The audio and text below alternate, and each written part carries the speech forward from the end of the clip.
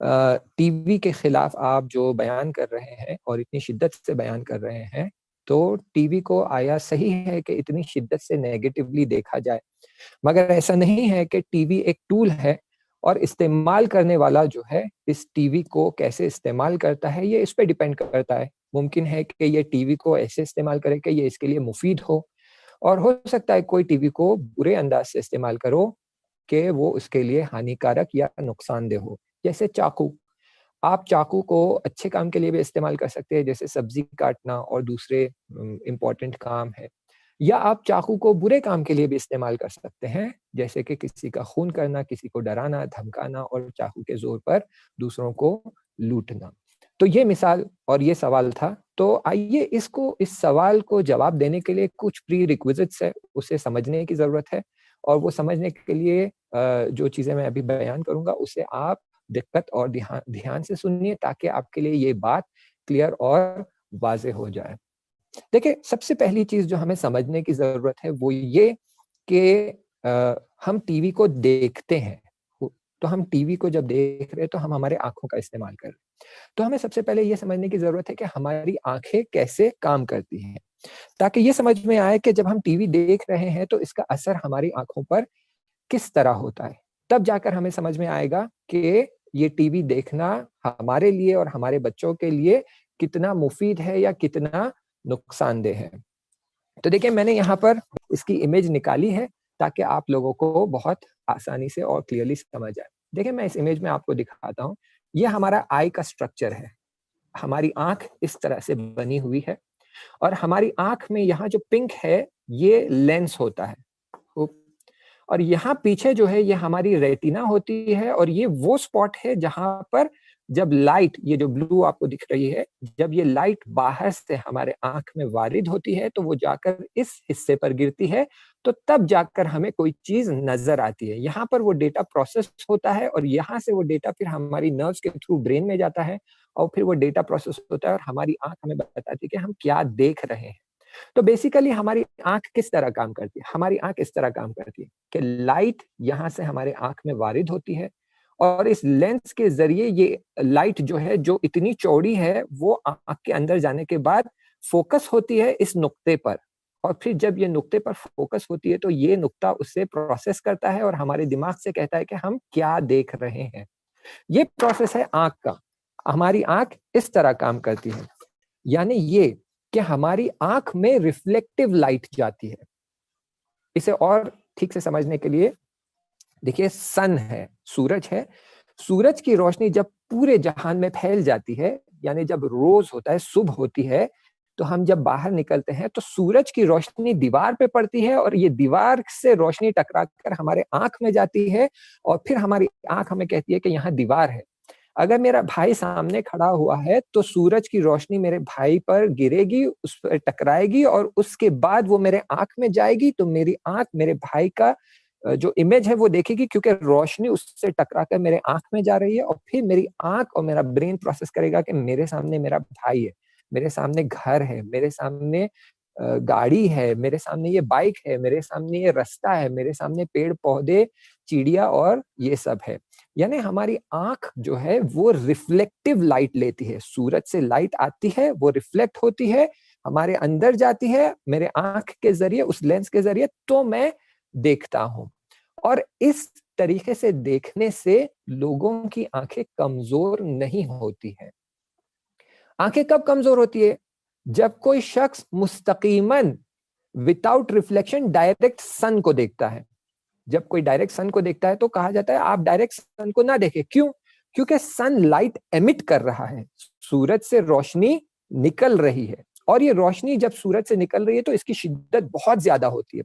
तो इसीलिए जब आप डायरेक्टली सूरज को देखते हैं तो उसकी रोशनी जब निकलती है तो उसकी शिद्दत ज़्यादा होती है, और उस वजह से ये जो हमारे आँख का ये जो हिस्सा है, जहाँ पर ये लाइट आकर गिरती है, इस पे ये डैमेज हो जाता है। क्यों? क्योंकि रोशनी रिफ्लेक्टिव तरीके से नहीं आ रही है, डायरेक्ट रोशनी हमारे अंदर आ रही है।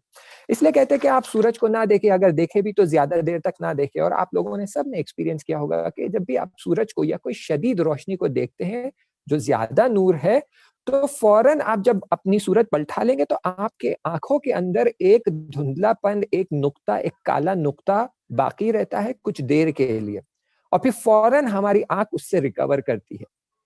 यानी ये कि जब मैं इस पेपर को देखता हूं इस तरह से, तो ये जो लाइट टकरा कर इससे मेरे आंखों में जा रही है, इससे मुझे अजियत नहीं होती है। लेकिन मैं जब डायरेक्ट सूरज को देखता हूं तो उससे मुझे अजियत होती है। इसी तरह चांद की मिसाल लीजिए। चांद खुद से रोशनी नहीं देता है, सूरज की रोशनी चांद से टकराती है और चांद की रोशनी हम तक पहुंचती है।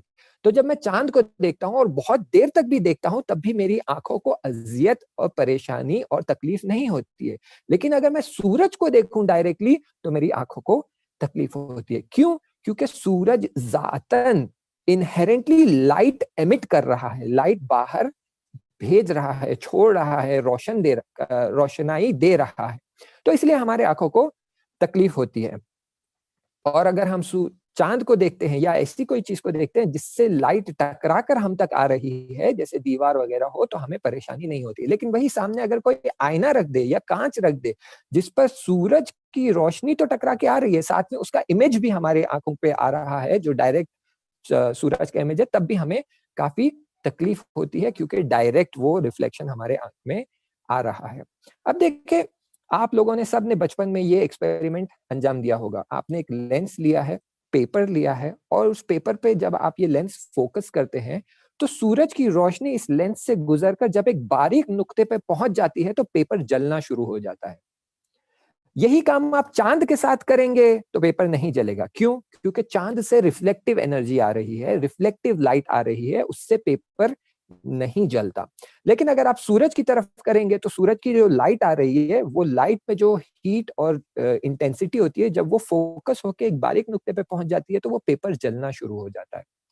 तो अब देखें, टीवी की क्या प्रॉब्लम है, और क्यों मैं बार बार कहता हूं कि अगर आपको हत्ता दीनी मतालिब पढ़ाना है तो आप बच्चों के लिए स्टोरी बुक्स लीजिए, कॉमिक बुक्स लीजिए, कुरान लीजिए। खुद कुरान के जरिए पेपर मटेरियल से आप मखसूसन छोटे बच्चे जो है जिनकी उम्र 10 साल से कम है, 8 साल, 9 साल, 10 साल की है, उनको आप ज्यादा से ज्यादा पेपर मीडिया यूज करें। कुरान आपको सिखाना है, सूरे याद करवाना है, तो आप साउंड सुनाइए, साउंड की प्रॉब्लम नहीं है। साउंड में भी अगर बहुत शदीद और लाउड साउंड है तो प्रॉब्लम है, लेकिन जो सूरों की साउंड है, जो दुआओं की साउंड है, उससे कम नुकसान है। और फिर उनके सामने आप सूरे, दुआएं, स्टोरी बुक्स ये सब रखे, बजाय इसके कि उनके हाथ में टैबलेट, मोबाइल फोन और ये सारी चीजें दे दे। क्यों? क्योंकि जब आप पेपर मीडिया यूज करते हैं, जैसे मिसाल के लिए मैं आपको ये दिखाता हूँ, ये मेरे सामने किताब है, इसी किताब से मैं आपको चंद एक्सपेरिमेंट्स बता रहा था। इस किताब का नाम है माइंड वॉचिंग, और ये written by Hans and Michael Eysenck है। कि इसमें वही सारे एक्सपेरिमेंट्स है जो मैंने आपको बताए थे। अब देखिए, जब मैं ये किताब आपके सामने खोलता हूं तो ये किताब पे सामने जो लाइट लगी हुई है वो यहाँ रिफ्लेक्ट हो रही है और आप तक पहुंच रही है, और आपको ये किताब का कंटेंट दिखाई दे रहा है। ठीक है, जब आप इसे देख रहे हैं तो आपकी आंखों को इतनी अजियत नहीं हो रही है। लेकिन जब मोबाइल फोन और ये सारी चीजें हम यूज करते हैं, टीवी है, मोबाइल फोन है, कंप्यूटर स्क्रीन है, लैपटॉप स्क्रीन है, तो इसकी क्या प्रॉब्लम है? इसकी प्रॉब्लम ये है कि चाहे पुराना टीवी हो जो पिक्चर ट्यूब वाला है, या लेटेस्ट टेलीविजन हो जो प्लाज्मा हो या एलईडी वाले हो, इनकी मुश्किल ये है कि ये खुद लाइट एमिट करते हैं। ये रिफ्लेक्टिव लाइट नहीं है, ये खुद अंदर इसके बल्ब लगे हुए होते हैं और एलईडीज लगे हुए होते हैं, जिसकी वजह से लाइट निकलकर आंखों में जाती है। इसलिए आप देखेंगे कि कहते हैं कि रात में अगर आप टीवी देख रहे हैं तो आप जो है ज्यादा देर तक ना देखें, या टीवी की ब्राइटनेस आप कम कर दे, मिनिमम ब्राइटनेस पे आप टीवी देखें ताकि आपके आंखों को अजियत ना हो, और ये सारी चीजें। क्यों? क्योंकि खुद आंख की भी एक टेक्निक है काम करने की, जो हमारी आंख की, जिसे हम उर्दू में कहते हैं पुतली है, या इंग्लिश में कहते हैं प्यूपल है, जो ब्लैक प्यूपल है, वो भी इस तरह से काम करती है कि जब रोशनी ज्यादा है तो उसका सुराख बहुत छोटा ओपन होता है इस तरह से, क्योंकि इतने सुराख से जितनी रोशनी अंदर जा रही है वो काफी है दिखने के लिए। लेकिन जैसे जैसे रोशनी कम हो जाती है, अंधेरा बढ़ जाता है, तो वो प्यूपल डायलेट होता है और उसका सुराख बड़ा हो जाता है।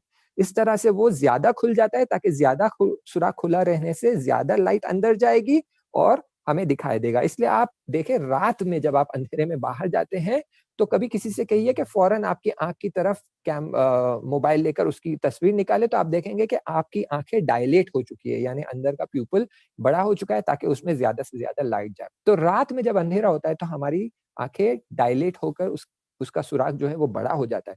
अब इस बड़े सुराख में से जब शिद्दत से लाइट अंदर जाती है, तो जो नुकसान हमारी आँख पर होता है, जो नुकसान हमारे इस हिस्से पर होता है, वो बहुत ज़्यादा शदीद हो जाता है। मैं मिसाल देता हूँ ताकि मैं जो आपसे कह रहा हूँ वो शायद इतना आसान ना हो आपके लिए समझने के लिए, रिलेट करने के लिए। तो मैं खुद यहाँ पर आपके सामने एक छोटी-सी लाइट रखता हूँ और आपको फिर इससे समझ में आएगा कि जब आप जो है मोबाइल फ़ोन और टीवी वग़ैरह यूज़ करते हैं, तो आपकी आँखों पर क्या असर होता है। ये एक बात है। दूसरी बात ये है कि खुद टीवी और मोबाइल फ़ोन जो है, वो फ्लिकर होते हैं।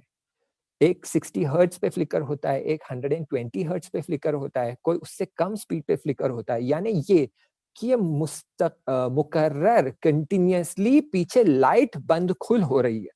और ये बंद-खुल होने का तरीका इतना तेज़ होता है कि हमारी नॉर्मल आँख इसे डिटेक्ट नहीं कर पाती, लेकिन हमारी रेटिना जो है, जो पीछे जो हमारी रेटिना है, ये हिस्सा ये डिटेक्ट कर पाता है और इसपे इसका असर भी होता है और हमारा दिमाग भी इसे डिटेक्ट कर पाता है, ठीक है?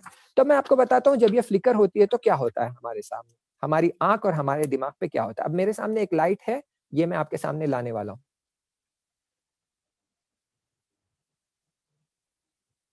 अब आप देखिए यही चीज़ बहुत शिद्दत से अगर अंजाम दी जाए और बहुत तेज़ी से अंजाम दी जाए तो आपकी आँख इसे नहीं पकड़ पाएगी। लेकिन आपकी आँख में दकीकन वही हो रहा है जो अभी यहाँ स्क्रीन पे हो रहा था, कि जैसे ही लाइट आपके सामने आई आपका स्क्रीन व्हाइट हो गया था। क्यों? क्योंकि लाइट की शिद्दत इतनी ज़्यादा थी। तो इसी तरह जब जब आप टीवी देख रहे हैं और लाइट फ्लिकर होती है, बंद-खुल होती है, तो आपकी आँख में जब वो फ्लिकरिंग के टाइम पे लाइट अंदर जाती है, तो आपकी आँख इसी हालत से गुज़रती है, सबकॉन्शियस माइंड और आपके दिमाग पर इसी तरह से 1 सेकंड के अंदर 60 टाइम्स ये व्हाइटनेस आता है और जाता है। और इसी वजह से इसका असर बच्चों की आँखों पर और बच्चों के दिमाग पर, दोनों पर पड़ता है। और ये लाइट जो एमिट होती है, ये अगर आप जिस तरह सूरज को आप थोड़ी देर देखने के बाद आपको आँखों में तकलीफ होना शुरू हो जाती है, टीवी को इस तरह डिज़ाइन किया गया है और क्योंकि कलरफुल है, आपको फ़ौरन इसका असर मालूम नहीं पड़ता, लेकिन कंटीन्यूअसली ये लाइट जब आपके रेटिना पे पड़ते रहती है और बच्चा 1 घंटा, 2 घंटा, 3 घंटा, 4 घंटा दिन में टीवी और मोबाइल फ़ोन और गेम्स और वो सब खेलने लगता है, तो उसकी तवज्जो और उसकी आँखें उस पर इतनी शिद्दत से चिपक जाती है और उसपे उसका ध्यान इतना फ़ोकस हो जाता है कि वो लाइट की शिद्दत और असर बहुत शदीद हो जाती है। इसलिए आप देखेंगे अभी जो लेटेस्ट मोबाइल फ़ोन्स आ रहे हैं, उसमें एक ऑप्शन है ब्लू लाइट फ़िल्टर। जैसे रात होती है, आप वो ब्लू लाइट फ़िल्टर ऑन कर लें, ताकि आपकी आँखों को ज़्यादा नुकसान ना हो। यानी ये कि खुद मोबाइल फ़ोन और लैपटॉप्स और टीवी का जो सिस्टम बना हुआ है, ये ज़ातन नुकसान पहुँचाने वाली चीज़ है। इसका डिज़ाइन ऐसा है कि ये आपको नुकसान पहुँचाता है। अगरचे हम ब्लू लाइट फ़िल्टर ऑन कर लेते हैं, इसका मतलब ये नहीं है कि आँखों को नुकसान नहीं होगा। इसका नुकसान पहुँचता है और बहुत शिद्दत से पहुँचता है कि जब आप रात में टीवी खोलकर बैठ जाते हैं या लैपटॉप खोलकर बैठ जाते हैं, उस पर अगर आप काम ही कर रहे हैं और कुछ वीडियो या मूवीज़ या यूट्यूब या फ़ेसबुक ये सब नहीं कर रहे हैं, हत्ता इल्मी काम ही कर रहे हैं आप, वर्ड डॉक्यूमेंट में आप अपना दर्स ही टाइप क्यों ना कर रहे हो, लेकिन ये जो स्क्रीन है, इसका नेगेटिव इम्पैक्ट है। तो इसको आपको लिमिटेड टाइम के लिए यूज़ करना है। तो बजाए इसके कि हम ये कहें कि ये जो हमारे सामने टीवी है, ये जो लैपटॉप और टैबलेट और मोबाइल फ़ोन्स है, ये चाकू की तरह है। आप इसका अच्छा इस्तेमाल भी कर सकते हैं, बुरा इस्तेमाल भी कर सकते हैं। ना, इस तरह इसको कंपेयर करना सही नहीं है। इसका कंपैरिज़न इस तरह से किया जाए कि ये टीवी, टैबलेट, लैपटॉप और ये सारे स्क्रीन्स जो लाइट एमिटिंग स्क्रीन्स है, जो एलईडी स्क्रीन्स है, ये ज़हर की तरह है। इनका काम है आपको नुकसान पहुँचाना। अगर आप थोड़ी मुद्दत के लिए इसे यूज़ करते हैं, तो आपको थोड़ा नुकसान पहुँचेगा। अगर आप ज़्यादा मुद्दत के लिए यूज़ करेंगे, तो ज़्यादा नुकसान पहुँचेगा और ज़हर नुकसान के लिए ही क्रिएट हुआ है। मगर ये कि बहुत ही कम मिकदार में उसे मेडिसिनल पर्पसेस के लिए यूज़ किया जाए, तो तब जाकर उसका फ़ायदा होता है और वो मिकदार बहुत कम, बहुत ही मिनिस्क्यूल, बहुत ही मिलीग्राम्स में होती है। वरना ज़हर का काम ये है कि इंसान को नुकसान पहुँचाए।